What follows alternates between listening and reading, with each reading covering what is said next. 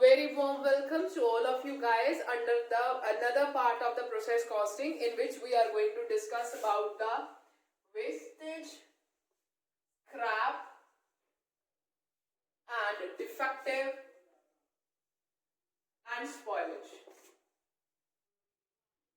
So this is what the thing that we are going to discuss under this lecture.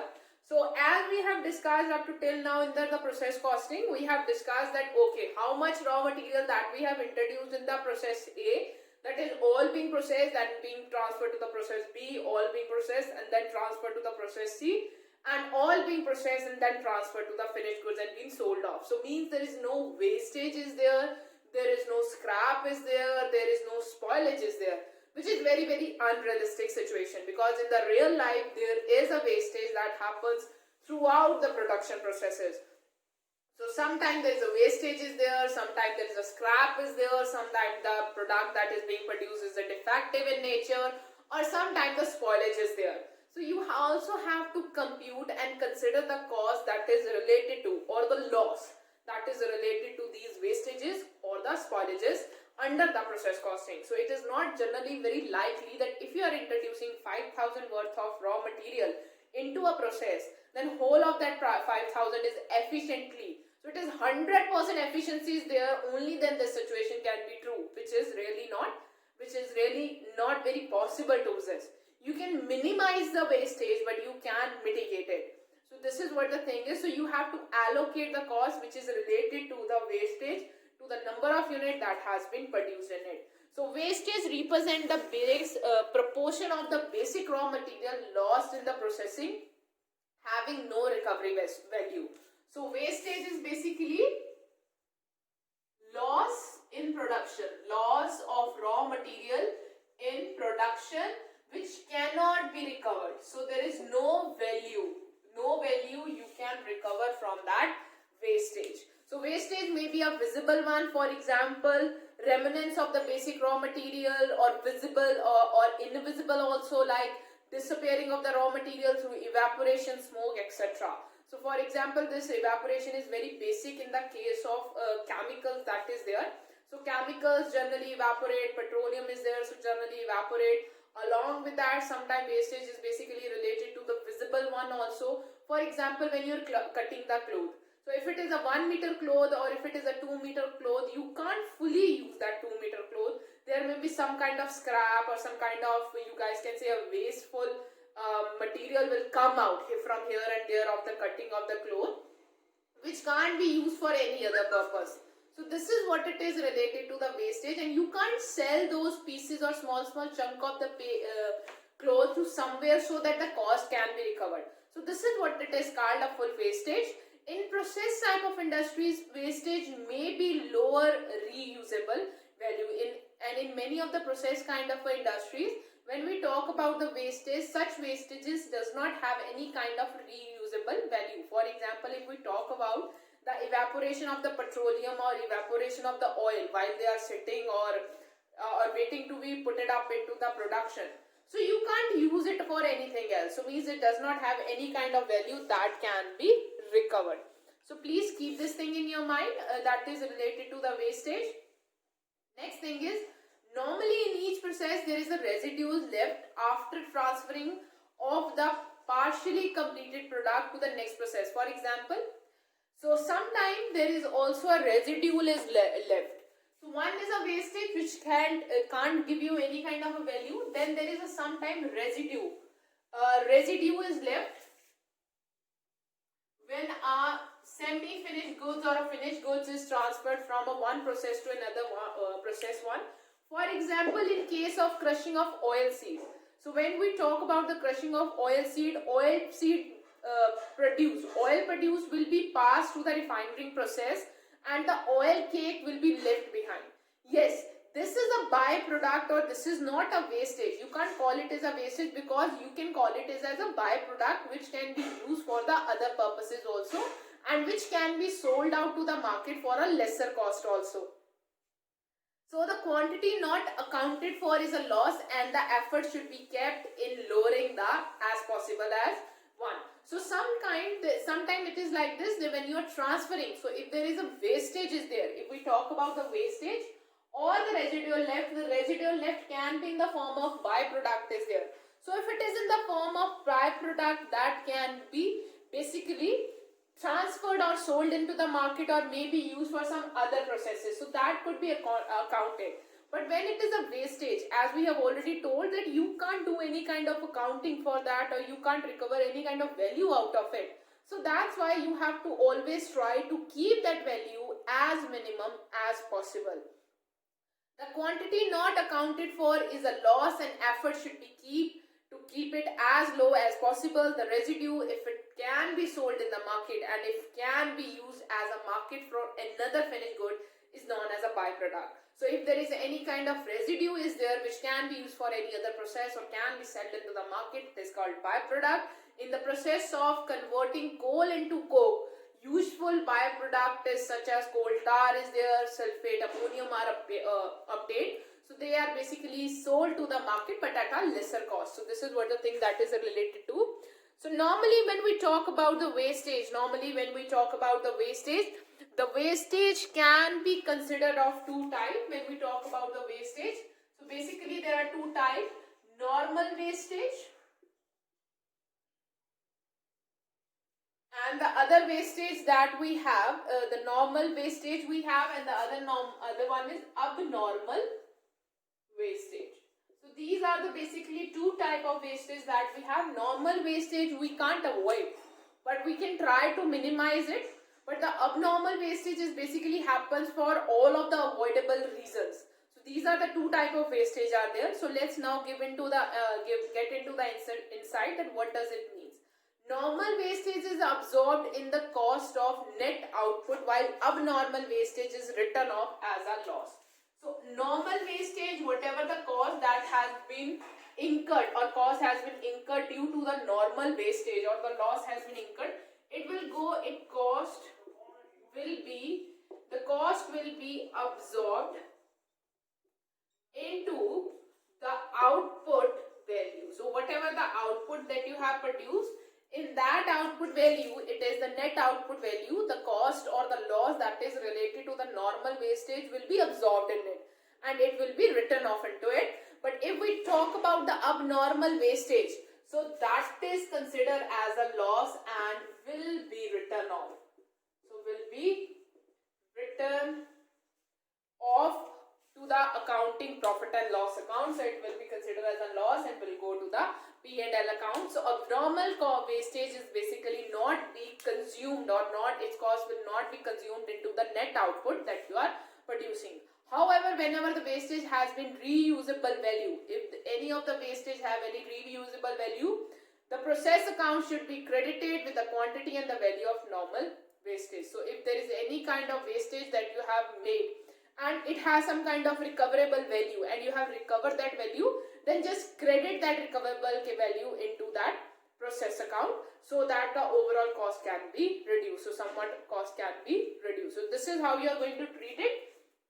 Basically, there are two type of wastages are there: normal wastage and abnormal wastage. So when we talk about normal wastage, this is a normal wastage which have to happen in a process. So you can't avoid that thing, means you even if the process is there, so these kind of wastage has to be there. For example, I have just given you an example that if there are 2 meters of cloth and you have to cut a kurti out of it or a shirt out of it, so there must be some scrap of the some small scrap of the cloth will be there which is of no use, and they have to be there because the final product can't be prepared without cutting them out. But the abnormal wastages means if the tailor being careless and cut the whole of the cloth wrong, or make a mark or make a cut somewhere which is leading to the spoilage of the cloth, so this is an abnormal one. So their treatment is also a different. For example, in the case of normal wastage, the cost will be absorbed into the output.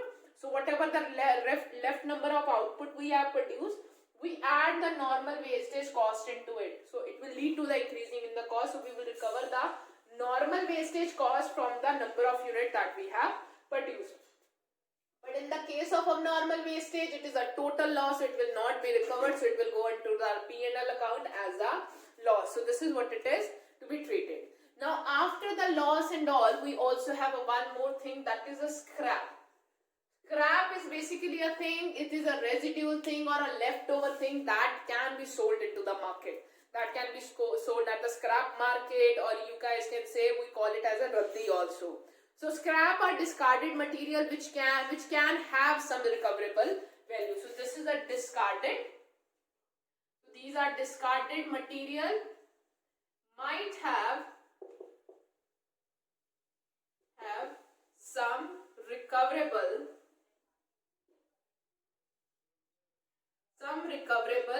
value. So scrap is a discarded material which is left over out of a production process, which might have some kind of recoverable value. You can sell it off in the market and recover some of the amount. So scrap as a discarded material which may have some recoverable value, which is usually either disposed of without further treatment. So this is basically disposed of without any kind of treatment, or sometime it also reintroduced into the production processes in the place of raw material.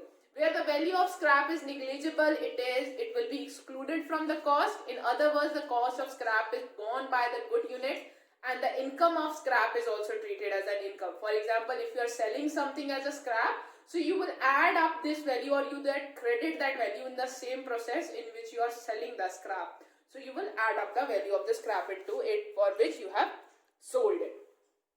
So we have till now discussed about the wastages, residual value, residue that is a leftover or the byproducts, and then we have discussed about the scrap.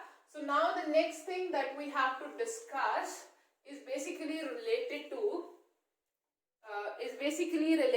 the defective products. So the next thing we may have also defective products. So products which are not up to our quality standards,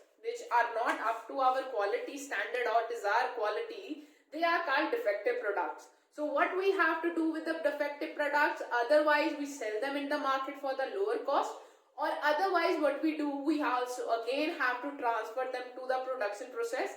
They also we have to rework on them. So means in the both of the cases, if you are selling it at the lesser cost, then you are incurring a loss for them. If you are selling them, if you are reworking on them, so you are incurring again a cost on them. So you have to account for that. So defective products are not up to the standard, or they don't meet the dimension applicable specification to the standards. So they are known as a defective product.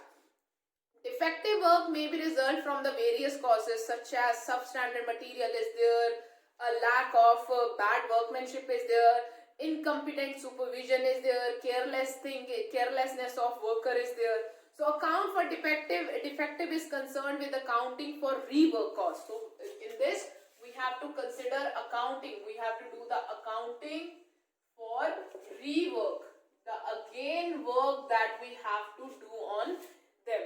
So rework cost, or the cost of rectification, or you can also call it as cost of rectification, that will be related to it. So this is what it is related to.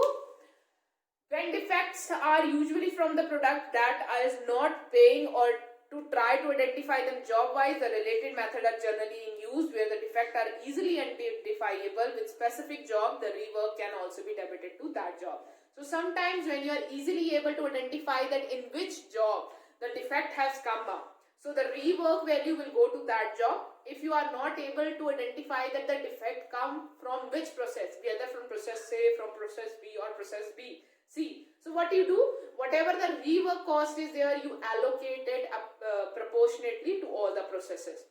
So this is what the defective product cost is there, and its allocation is there. So the next thing that we have is the spoilage. So spoilage is basically again related to wastage only. We again have a normal spoilage and we have an abnormal spoilage again. So spoilage when material are damaged in the manufacturing operation in such a way that they cannot be rectified economically, and hence taken out of the process to be disposed of in the same manner without further processing. So spoilage means when you guys can say the product or the raw material is damaged while being put it up into the manufacturing, operation, and nothing can't be done anything out of it, so you can't process it any further, so you just have to discard it totally. The main difference between defective and the spoilage work is that the spoiled material cannot be repaired or reconditioned as it is done in the case of defective. So please remember, what is the difference between defective and the spoilage is that the defective products can be corrected, they can be reworked on it, there might be a reconditioning that you can do under the defective product, but under the spoilage you can't do any kind of defective product. They are totally gone and nothing can be recovered out of them. Normal spoilage costs are included in the cost either by the charging the loss due to spoilage to the product order or the charging into the production overhead. So it is spread over all the overhead products that are being produced in that process. Any value realized from the spoilage is credited to the process account. If you are able to, so this is again same thing as I have already told you, that there are again going to be two type of spoilage, normal and abnormal, and the treatment is again same. So normal spoilage is there, its cost will be allocated to all the products that is being produced in that particular process. So this is how we are going to deal with the normal spoilage. But when we come to the abnormal spoilage, it will be allocated to the P&L account as a proper loss, the loss that you have made over this. So this is how we are going to deal with the different things that is related to the spoilage is there, wastage is there, defective goods are there, which is a general thing that is related to the production that we are making. So now let's start doing the questions. In the questions we are going to we are going to again prepare the process accounts. We are not going to do anything else. But now in the preparation of the process accounts, what we are going to do is we are going to account for these wastages or these spoilages or these defective work that we are going to do or rework is there into the process account. So this is what we are going to do under these questions. So we have already prepared the process accounts, but now we have to account for the rework, wastages or the other way or spoilages that is given to us in the questions. So now let's start doing one question. So a question is given to us in the book. So we will do that. First one question that is given in the defective and the wage one. Spoilage one, it's a simple question that we have already done, so now I'm not doing that. I'm doing the second question that is given under the spoilage and the wastage one. So let's start doing it. An article passes through three processes of manufacturing. So we are given that there is an article that passes through the three processes of the manufacturing, and 600 bottles were produced. So means the number of units that we are accounting for is 600 units. This is what it is, the number of products we have produced. The book show the following information. So the book has given us a following information. So process 1, process 2 and process 3 is given. Raw material is there, direct labors are there, direct expenses are there, cost of bottles are there. So cost of bottle is basically related to process 2. In process 1, in process 3 there is no cost of bottles is given to us. Then this cost of corks are also given to us. So the corks are given in the process 1 is not there, process 2 is not there, it is only related to process 3 cost. So we will be allocating them as the information is given to us in the books. So indirect expenses for the period was 1600. So there is an indirect expenses are given to us, and the byproduct was sold for 240 in the process 2. And the residual is sold for 125 in the process 3. So there is no byproduct or spoilage that is related to process 1. So this is the thing is, prepare the account in respect of each of the following process, showing it cost and the cost of production to the product per unit. Now the basic thing that has to be considered over there, okay, there is a byproduct and everything is given to us, then how they are allocating the indirect expenses for a period for 1600. So we are just given with the indirect expenses for the period is 1600 and we are not given with the base through which you are going to allocate it. Generally, if the base is not given to us in the question, like in this question, in the previous questions that we have done, the base was given, that is a direct labor.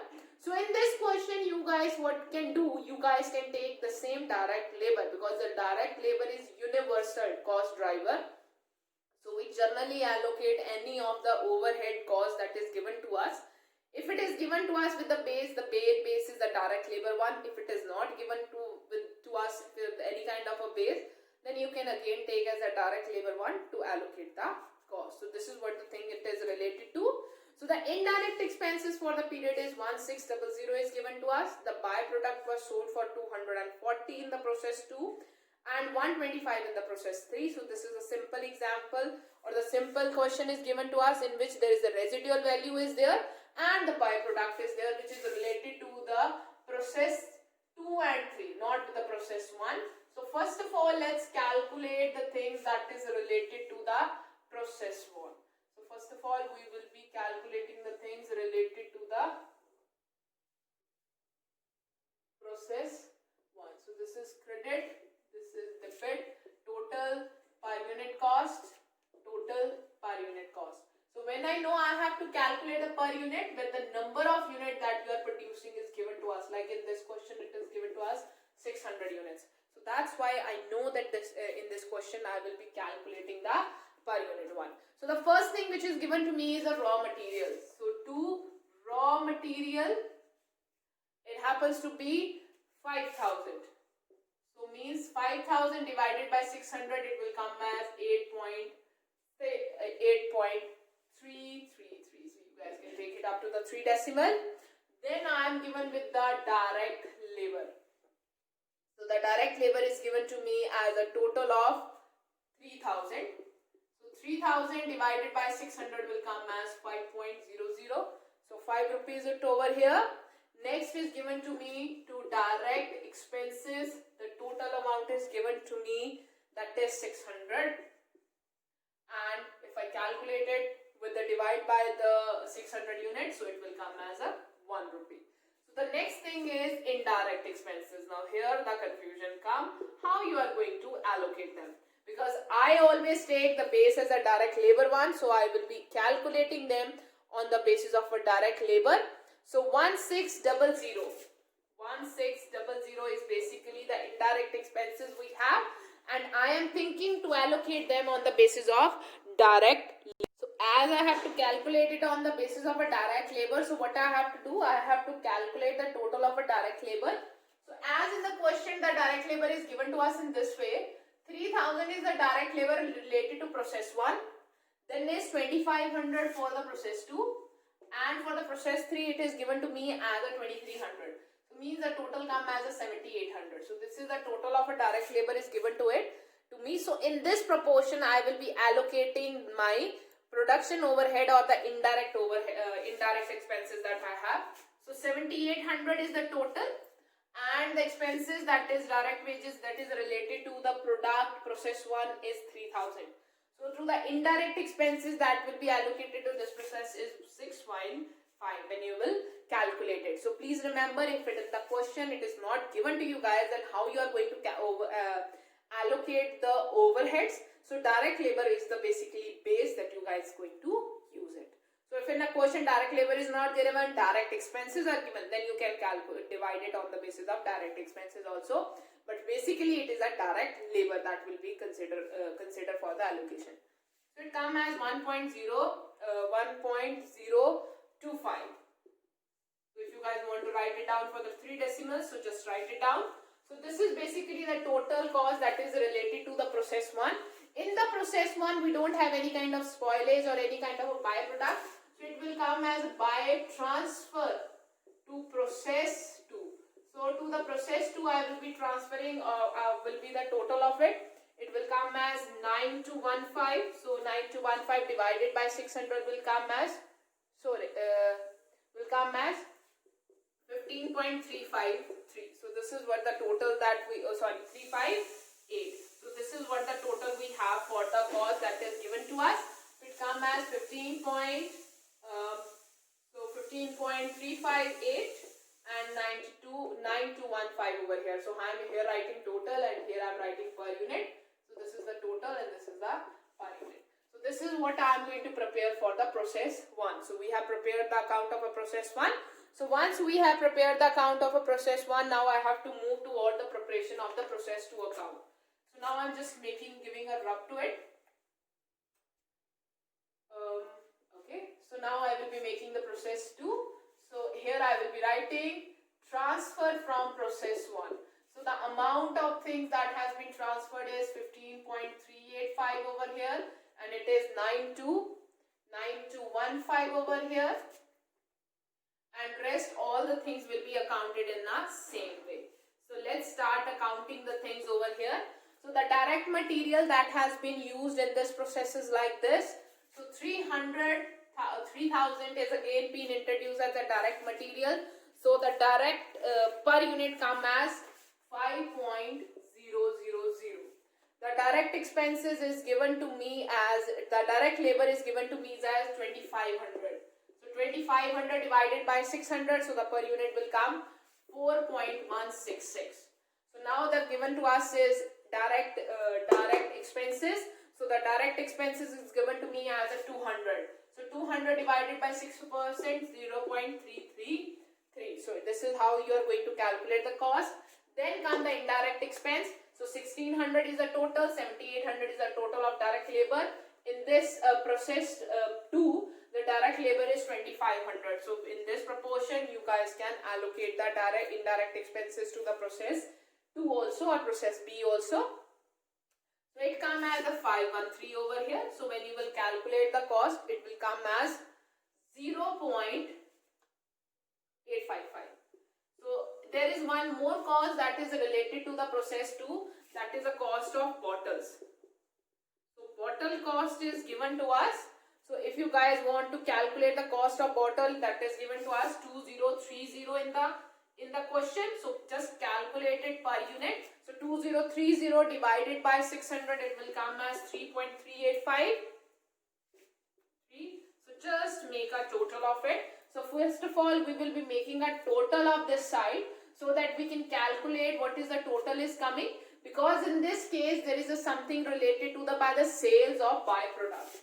So in this we are making a sale of byproduct also. We are making a sale of byproduct also, and the byproduct total is given to us 240. We can't calculate it per unit because this per unit is 600 units, and this is basically the number of units that you have produced at the end. How many units has been considered as a byproduct? The number of unit is not given to us, so I won't be able to calculate the per unit over here. So don't divide 2.40 by 600. It will not give you the right, or you guys can say a right amount for it. So what you have to do is, you just have to calculate the total cost on this side. You have to first of all calculate the total cost on this side. I have just written the amount of 240 over here. So when you make a total to this side, the total will come like this. It is 29.095. So the total cost that has been incurred per unit is 29.095, and the total cost that has been incurred is 17458. So this was the total of this cost that has been related to the process 2. So process 2, in the process 2, out of this 17,458, 240 has been recovered for the byproduct. So means from this total product cost, 240 is basically 240 worth of the product has been sold as a byproduct. So means the rest of the product has been transferred to process 3. So means whole of this product is not being transferred to the process 3, because there is some process product that has been sold as a byproduct, that is 240. So means the rest has been transferred to the process 3. So how much has been transferred to the process 3? How I will calculate? 17458, the total that I have, out of it 240 I have sold at a byproduct. So means rest I have transferred to the process 3. So it comes as 17218. So it comes as 17218. And now how I will calculate the per unit of it? 17218 divided by the 600. So 17218 divided by the 600 will come as 28.695. So this is the per unit that will come for the 600 units.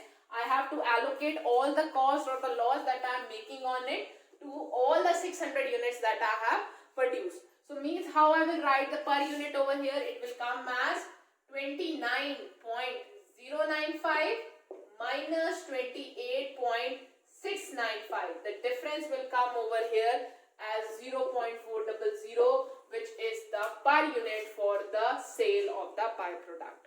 I hope so you guys are clear with it. I'll repeat it again. What I have done in this question, first of all, I have calculated the total of the cost and I have written over here by the sale of byproduct, that is 240. So 240 worth of the product I am selling in the market. I am not transferring it to the next process.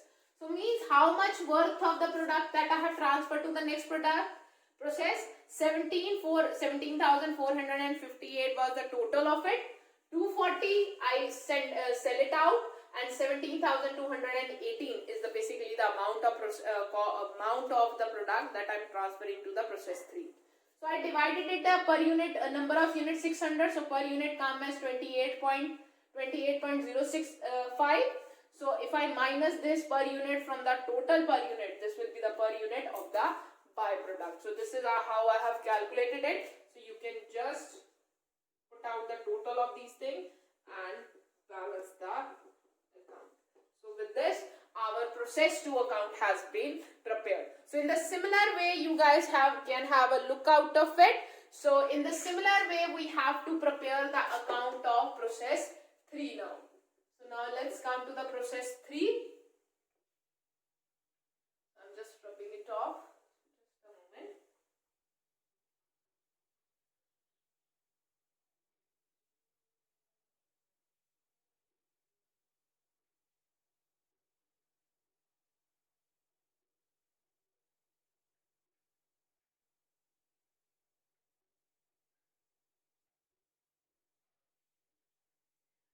So now transfer from the process 2. Now in the process 3, there will be transfer of the things from the process 2. So how many things has been transferred? The per unit is 28.695 and the total amount was worth 17,218. So this is what we have transferred from the previous process, that was the process 2. So in this process, there will be again direct labor. Direct labor is of 2000. 2000 divided by 600 will come as 3.333. Next thing is given to us a direct labor, that is 2300. So divided by the 600, it will come as 3.833. So this is what it is given to us. Then the direct expenses are given for 500. So 500 divided by the 600 will come as 0.833. And the next thing is indirect expenses. Next thing is given to us is an indirect expenses. So this was a direct. This was a direct material. This was the direct labor. This was the direct expenses, and now we have to compute for indirect expenses also. So indirect expenses will be allocated on the basis of a direct labor. So the proportion of direct labor that is related to the process 3 is 2300. So I have calculated the cost. It comes as 472. If you put it as a per unit one, so 472 divided by 600, it will come as 0.786. So this is what we have done. But there is one more cost that is related to the process 3, that is the cost of COGS that is to be put up on the bottles, that is 325. So 325 divided by 600 per unit will be 0.542. So you just have to calculate the total over here. So again in this case we have to calculate the total. Why? Because there is again a cost that is related to the sale of residue. So sale of residual is given to us in this question. The total cost that is related to residual is 125. I am not aware about the per unit one. So till now I won't be considering or putting any amount in the per unit one. So I will be dealing with the total cost first. So I will make the total to this side. It will come as 38.022. I will make the total of the cost also. So it will come as 22,815. So 22,815 worth of material has not been transferred to the finished goods. So finished stock transfer. So by transfer to the finished stock has not been made of total of 22,815. It has been made of 22,815 minus 125 because some of the product has been used as been sold off as a residue. So it come as from 22,815, if you minus 125, it will come as 22,690. So this is the cost of the product that has been transferred to the finished goods. If I calculate it per unit, so 22,690 divided by 600, so it will come as 37.814,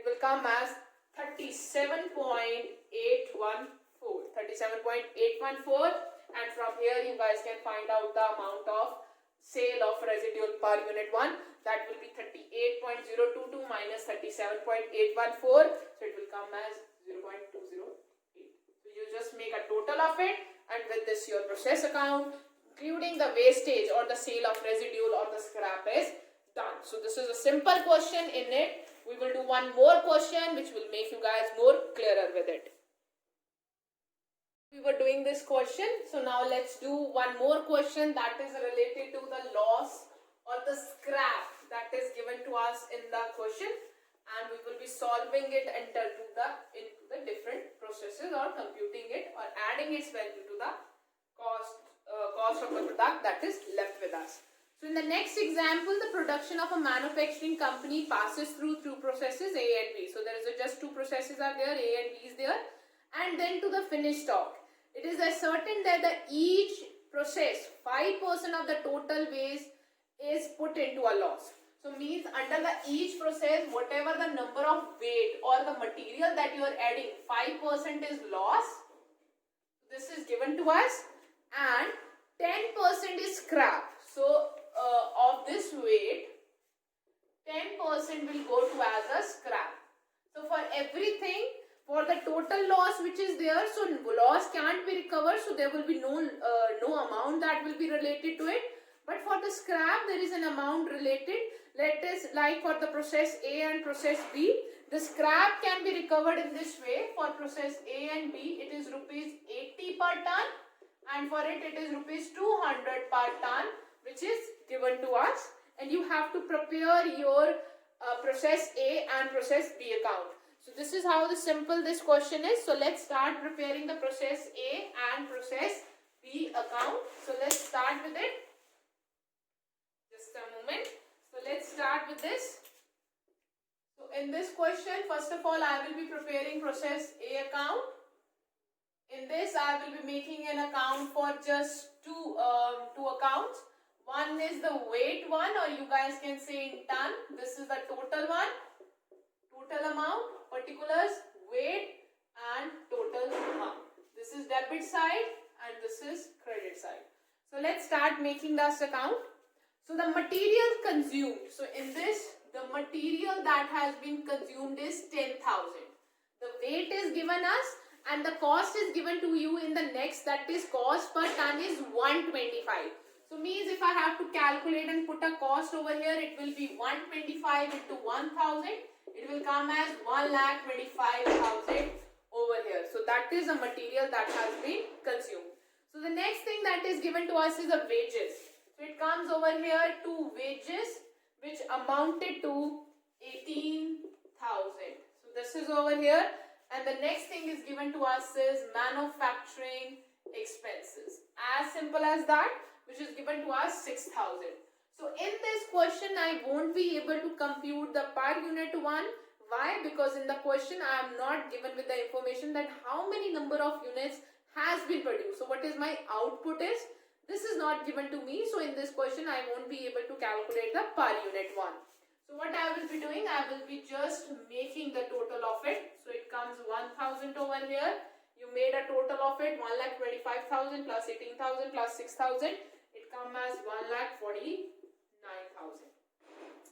So whole of this 1,000 from 1,49,000 unit has not been transferred to the process B. Why? Because there is a loss that is related to it and there is a scrap that is related to it. So first of all, I have to compute for the loss of material, which is 5% of weight. How much weight it is? 1,000. So on 1,000, if you will calculate 5%, so it will come as 50. So 50 ton of the material is a total waste and nothing can be recovered out of it. So there is no value addition of this into the cost, or you guys can say nothing has been recovered out of it. So rest there is also a scrap. Scrap is 10% of weight. So from 1000, if you calculate 10%, it will come as for 1000, if you calculate 10%, it will come as 100. So the 100 is going to be as a scrap, and you can recover some of the amount from the scrap. It is given to us in the question, that is 280 rupees per ton. So it is given to us rupees 80 per ton. So the amount that we have recovered is 80 into 100, 8,000 rupees from the scrap. So this will help us reduce the cost. So next rest of the thing is transfer to by process B. So now the rest of the things is transferred to the process B. How you will calculate it? From 1,49,000 minus the 8,000. So it will come as 1,41,000. And if you calculate the number of tons that is left over here, so out of 1,000, minus 50 as a loss, minus 100 as a scrap, so it comes as 850 tons that is left. And if you want to calculate it over here as a per unit one, so it will come as 14100 divided by 850. So the per unit will come as 165.88. So per unit will come as rupees 165.88. So this is how simple is this question is for the calculation of the scrap and the other thing that is related into it. So now I will be computing the process B also. So we are done with the process A. So now let's move to the process B also.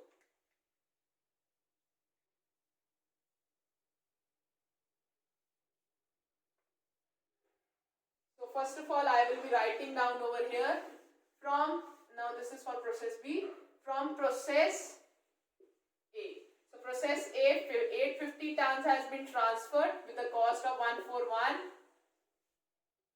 So this is what has been transferred from the process A to the process B. So this is given to us that we have calculated. So now the next thing that is related to it is, again we are putting some more material into it. That is given to us as 71. So 70 tons we are again introducing in the process B, and its cost is given to us. So when you can multiply with that cost, it total will come as 14,000. So 14,000 over here. Next thing is wages. So the wages that is related to this process is 12,000, as simple as that. And then we are given with the direct manufacturing expenses. So direct expenses which is given to us is 5,000. So that's it. So now what we have to calculate is the total. So you have to make the total of the things. So how we are going to calculate the total? So make the total of this side. 850 plus 70 come as a 920. And when you make the total of this cost side, it will come as 1,72,000. So 1,72,000 over here. So now I have to here again there is a loss, that is 5% of weight. So for 920 you have to calculate the 5%. It will come as 46, and this is a total loss. Nothing can be recovered out of it. Next thing is by sale of scrap. How much? 10% of the weight. So of 920 you calculate 10%. It comes as 92. And the amount that we are selling it is 200. So 92 into 200. So it will come as, so it is I think 200 over here. So it will come over here as 18,400. So 18,400 over here comes as a scrap that you have sold. And the last thing is by finished stock that has been transferred. So I hope so you guys are very much clear with it, that how to compute it. So from 1,72,000 minus 18,400, it comes as 1,53,600. The amount as has been transferred. Under the weight 920 minus 46 minus 92, it comes as 782. So with this you have prepared your process account, including the wastage, considering the scrap also, considering the loss and the normal loss and the abnormal loss that is there.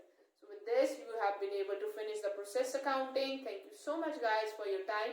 Have a nice day ahead. Bye bye.